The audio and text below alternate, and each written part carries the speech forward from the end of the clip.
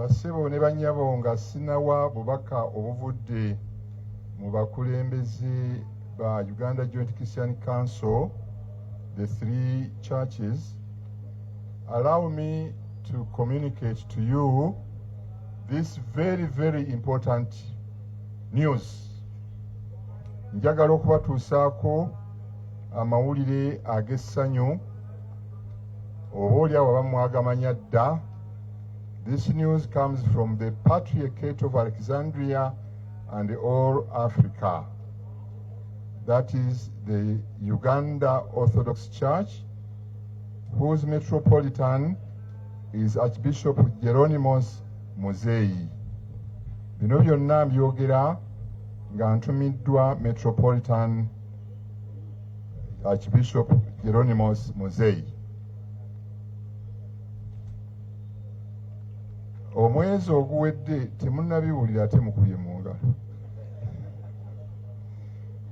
Omwezi guli waaliwo olukiiko olwatuula e Cairo. Abakulu aba Orthodox Church gye baakuŋŋaanira. Leaders of the Orthodox Church, Alexandria and all Africa, met in Cairo and came up with this news, which I'm mandated to communicate to you.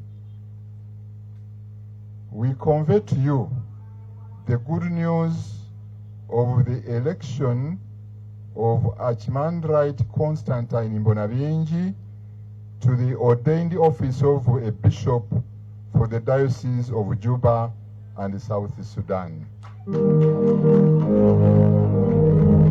Omukulu ono gwe mulengera wano akyali omukuffe naye abadde omukuffe. Olukiiko olwatuula e Cairo lwamulonda okubeera bishop ow'essaza lya Juba ne Southern Sudan Uganda of Orthodox Church.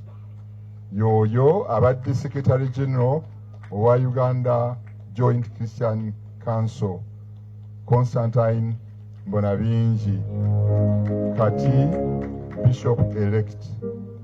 I want to know, we are informed that he will be consecrated on the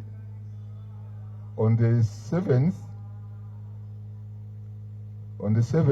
in Cairo, and then on the 14th next month he will be installed in Juba. Omukulu ono ajja kutukuzibwa nga 14 omwezi ogujja, ate nga 7 omwezi ogujja, ate nga 14 atuuzibwe mu bukulembeze obwo Juba mu Sudan. Sebo tukwagaliza obuweereza obulungi. Tusaaliddwa nnyo, although this is not a farewell speech, tusaaliddwa nnyo okutuvaako ffe aba Uganda Joint Christian Council. Tuyozaayoza Uganda Orthodox Church, Metropolitan Archbishop Hieronymus Muzeyi. Thank you for shepherding the people of God of the Uganda Orthodox Church. Okulaba nti muvuddemu kati Bishop Mulamba omukuffe. Ebisingakaawo tujja kubimanya gye bujjako.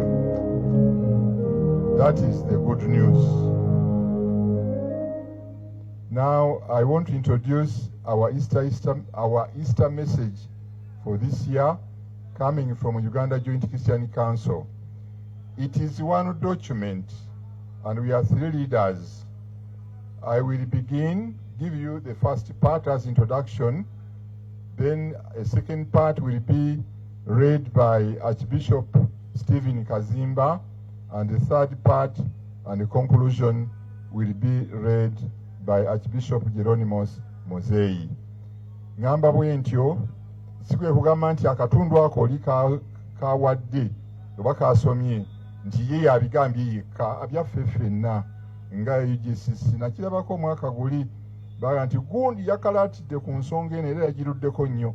Nedda, si ekyo. Obubaka bwonna bwaffe ffenna abasatu, Archbishop Kazimba, Archbishop Muzeyi, and myself, Bishop Joseph Anthony Ziwa. So I begin by way of introduction.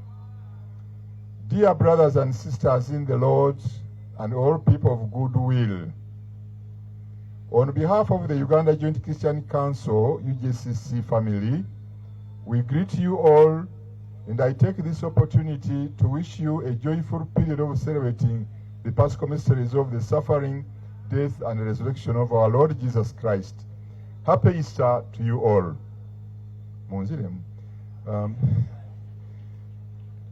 Every year, we Christians celebrate with joy and hope the greatest event of our Christian faith, namely the resurrection of our Lord Jesus Christ. The resurrection of Christ is the basis of our Christian faith. St. Paul wrote and says, I quote, "If Christ has not been raised, then our preaching is in vain, and your faith is in vain." End of quote. First letter of St. Paul to Corinthians, chapter 15, verse 14. That is to say, without the resurrection, Jesus would have remained forever a good person who had met a tragic death like many other charismatic and revolutionary leaders. However, as a matter of fact, Christ is risen from the dead, and so he is the Lord, as Paul says in the letter to the Romans, chapter 10, verse 9. Easter gives us hope of restoration and is the basis of our faith in God's mighty power to bring life what has been snatched by the devil. Even in the midst of death, the death of a loved one, a relative, a friend, and all the consequences of sin, there is hope for our resurrection and restoration. After experiencing extreme brutality during this earthly ministry, Jesus' parting words were, "Peace I leave with you. Do not let your hearts be troubled, and do not be afraid."